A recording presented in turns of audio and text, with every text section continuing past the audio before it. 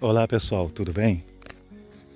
Que Deus abençoe a todos e que a graça do nosso Senhor Jesus possa repousar sobre todos, né? Que a paz que o mundo não pode dar visite o coração daqueles que se encontram oprimidos, amargurados, angustiados, tristes, né? Por algum motivo, que você receba a paz do nosso Senhor neste momento e saiba que o Senhor Jesus, Ele está próximo daqueles que se aproximam dele, daqueles que o clamam.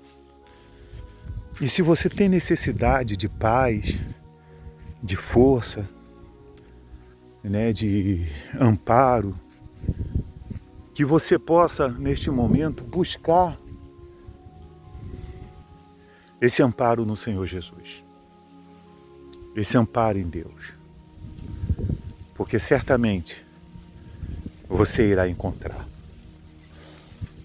Bem, meus irmãos, nós temos vivido dias aqui neste mundo difíceis, dias complicados, né? Nós temos vivido dias de uma forma generalizada, né? Não só dentro do nosso país, desse país chamado Brasil, né? Mas de uma forma generalizada. Estamos aí acompanhando a situação do Nepal, esse desencontro entre Ucrânia e Rússia, que querendo ou não envolve outras nações, e por causa de outras nações, uma ser democrática com a Ucrânia ou com a Rússia, acaba desencadeando desentendimento com outra nação também que é do lado de um ou de outro, né? A nação que é a favor de Israel torna-se inimiga de outras também, e acaba que o desentendimento de uma nação com a outra, de um país com a outra, acaba desencadeando um efeito dominó, né? Entre outras nações. E o mundo fica aí nessa situação que a todo momento se cumpre aquela palavra que o Senhor Jesus disse lá em Mateus 24, Lucas 21, quando fala no princípio das dores, que nós haveríamos de ouvir rumores de guerra. E nós sempre estamos ouvindo rumores de guerra. É rumor de guerra entre Estados Unidos e Venezuela, entre Israel e Irã, outros países, entre China e sei lá o quê, entre Rússia e Ucrânia, e uma série de situação que nós que somos cidadãos, né, anônimos, ficamos aí refém dessa situação. Porém, eu queria convidar os irmãos, né, se você pudesse ler depois o que está escrito no livro de 2 Tessalonicenses, capítulo 2. Ali, em 2 Tessalonicenses, capítulo 2, fica bem claro para nós, né, o valor e o poder que a Igreja de Jesus aqui nesse mundo representa. Quando lá fala que do homem da iniquidade, né, o ministério da iniquidade, da injustiça, já opera nesse mundo. Você veja que nesse mundo a justiça, ela não vale de nada. As pessoas estão cometendo injustiça em cima de injustiça, né? E aqueles que deveriam julgar com justiça são os que mais julgam com injustiça, sendo apoiado por outros né, que vivem na injustiça. E quando nós falamos isso, as pessoas nos intitula, né? Quando você fala de justiça, você fala de bem-estar democrático, você fala de certos posicionamentos que vêm de uma pessoa conservadora, né? Porque ela traz esse atributo, né, de conservador dos seus pais, dos seus avós, da sua linhagem, né? As pessoas começam a te intitular que esse sujeito é de direita, que esse sujeito é de esquerda, e começa a ter uma briga política de uma coisa que não tem nada a ver de um conservadorismo que você traz de berço e que está dentro do conceito de educação. Né? Educação, parece que você ser educado hoje em dia é você ser problemático, porque existe uma galera aí que não sabe o que é ter educação. São pessoas amarguradas, são pessoas angustiadas, são pessoas que elas carregam dentro delas um ódio, assim, uma amargura, um ódio, assim, desigual, estampado, e querem a qualquer preço que a outra pessoa seja punida. Se aqui no país tivesse a situação da pena de morte, elas seriam as primeiras a votar a pena de morte. Tamanho a amargura, o ódio que tem muitas pessoas aí que estão pendurados em cima de redes sociais, que defendem as suas bandeiras políticas, elas adotam. Mas isso é compreensível para aqueles que conhecem a palavra de Deus. Porque essas pessoas estão dentro da palavra que diz: por se multiplicar a iniquidade, o amor de quase todos se esfriarão. Então eu, como servo de Deus, como uma pessoa que conhece a palavra de Deus, eu não posso me espantar com essas coisas. Ou quando eu vejo, quando eu ouço essas coisas que estão diante dos nossos olhos.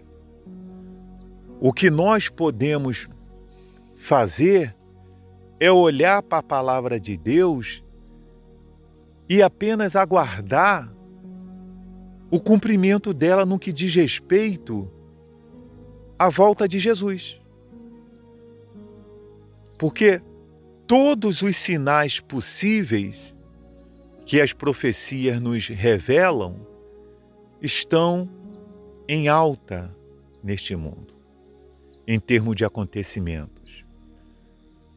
Quem pega a Bíblia e lê a Bíblia e tem aí o direcionamento do Espírito Santo, tem o direcionamento de Deus, vai entender que tudo o que a Bíblia fala antes que venha essa segunda volta de Jesus, que é o arrebatamento da igreja, por isso que lá em Tessalonicenses diz que o homem da iniquidade não foi revelado ainda por causa daquele que o detém, que é a igreja de Cristo que está aqui.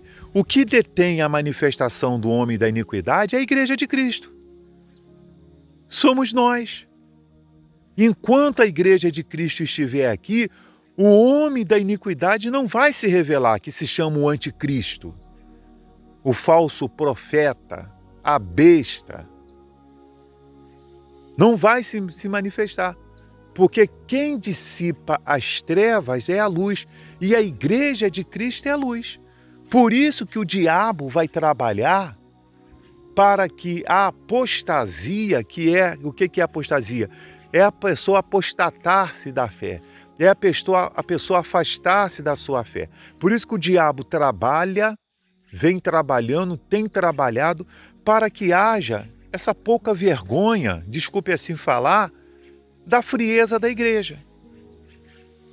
Nós temos uma igreja, né, fria, morna, como diz lá, a ponto do Senhor vomitar-te da boca. Porque é mau testemunho, é mau exemplo em cima de mau exemplo. Por quê? Porque as pessoas não nascem de Deus.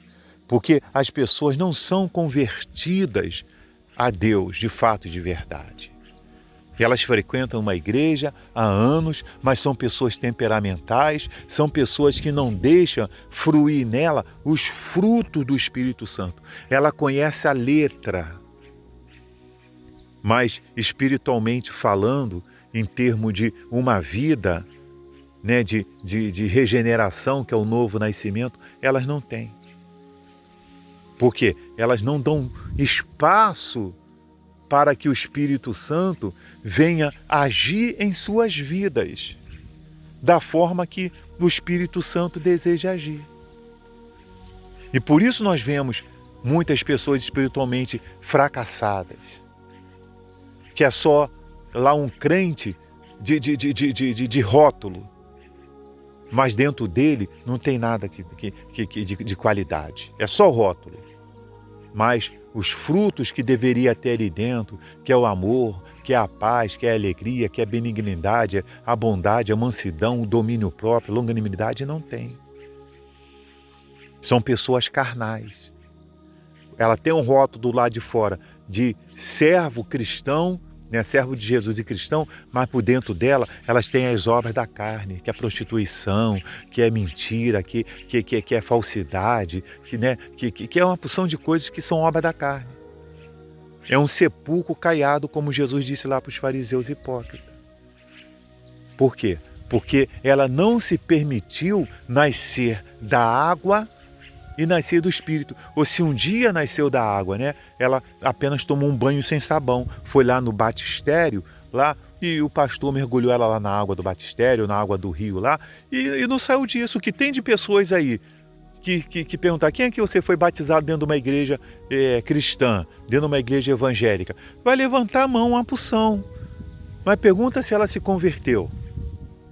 Ela foi lá, tomou um banho sem sabão, fez um ritual lá, mas saiu dali e não se converteu. Por isso que ela continua na roda dos escarnecedores, ela continua comendo na mesa dos pecadores, ela continua lá envolvida nas suas bebedices, nas suas mentiras, nas suas vidas lá.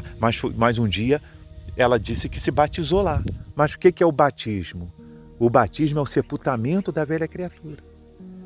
É eu procurar sepultar a velha criatura para que eu possa nascer do Espírito Santo, nascer do Espírito. E ser uma testemunha de Jesus nesse mundo.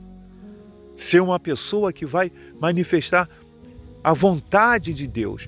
Você é o sal da terra, você é a luz do mundo. É isso. Então, meus irmãos, nós precisamos entender o cenário que está acontecendo nesse mundo. O servo de Deus tem que entender o cenário que está acontecendo nesse mundo. Está acontecendo nesse mundo. Parece que está todo mundo maluco. Entende? Parece que as pessoas estão malucas, estão insanas. Estão insanas. Insanas. Eu conversava até aqui agora com um irmão aqui e falava, olha, nós vivemos num mundo maluco. Às vezes eu fico lá na minha casa lá, né? Eu estou lá dentro da minha sala, aí as pessoas passam na rua gritando sozinha. Sozinha. Senhor, é idoso, é homem, é mulher, é criança, é jovem, é adolescente. Eles vêm na rua, gritando do nada, com ninguém. Parece que são malucos. A pessoa vem com som dentro do carro, numa altura que quem está do lado de fora, a janela chega a trepidar, mas elas estão dentro do carro com aquele som, parece que não está acontecendo nada. Elas estão com uma caixa de som de quase 3 metros de altura no ouvido dela, que dá para o bairro todo ouvir, mas é como se não tivesse acontecendo nada com elas. As pessoas andam possuídas, elas parecem que elas andam manifestadas com o diabo no corpo. Parece que elas andam possuídas. 24 horas as pessoas estão possuídas. Bebem, vão para a cama, acordam no outro dia bebendo. Estão possuídas do diabo. Então, estão que nem aquele gadareno lá, aquele que Jesus expulsou lá o demônio. Ora lançava no fogo, despia. O diabo está aí no corpo das pessoas aí, sabe? Parece que eles estão malucos. Todo mundo maluco. É barulho daqui, é barulho dali, é gritaria daqui, gritaria de lá, é discussão aqui, é briga ali. Irmão, estão todo mundo maluco, parece que estão todo mundo doido, como eu disse aqui. Parece que as pessoas estão endemoniadas. E assim está esse mundo. Mas quando você pega lá e lê o porquê que desceu fogo e enxofre lá em Sodoma e Gomorra, o porquê que lá em Gênesis 6 Deus arrependeu-se de fazer o homem, porquê que teve algumas nações que Deus falou assim, vai lá, extermina todo mundo. Vai lá, vê e por que esse mundo está condenado. Porque o pecado chega a um extremo que não dá mais. Por que Deus vai acabar com esse mundo? Por que a Bíblia fala lá no finalzinho de Apocalipse lá, fala do novo céu e da nova terra e da descida da nova Jerusalém? Por que já está determinado isso? Por que a Bíblia diz que existe lá em Pedro, existe um fogo entesourado para esse mundo? Porque tudo isso vai acabar, não faz sentido isso ter continuidade. Deus não é amigo dessa orgia, dessa prevaricação, dessa fornicação, disso que nós vemos aí diante dos nossos olhos. Deus não é amigo disso. Ele não formou o homem à sua imagem e semelhança para o homem ser um provedor da vontade daquele que caiu da glória, que foi Lúcifer.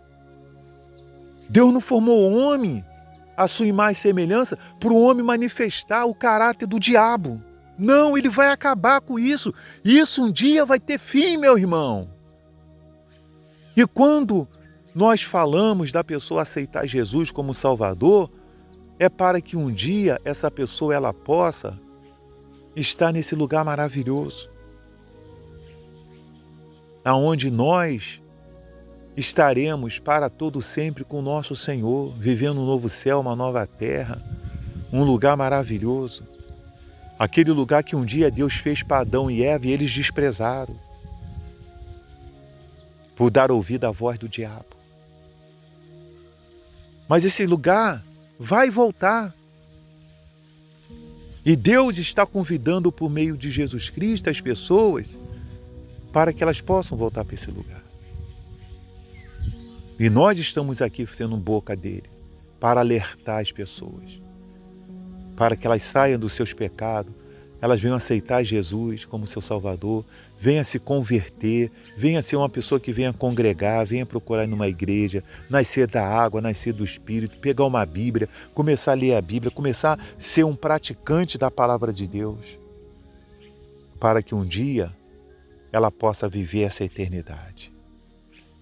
Meu irmão e minha irmã, o apelo e o alerta está sendo feito. Saiba de uma coisa, o arrebatamento da igreja vai acontecer e esse mundo vai ter um fim.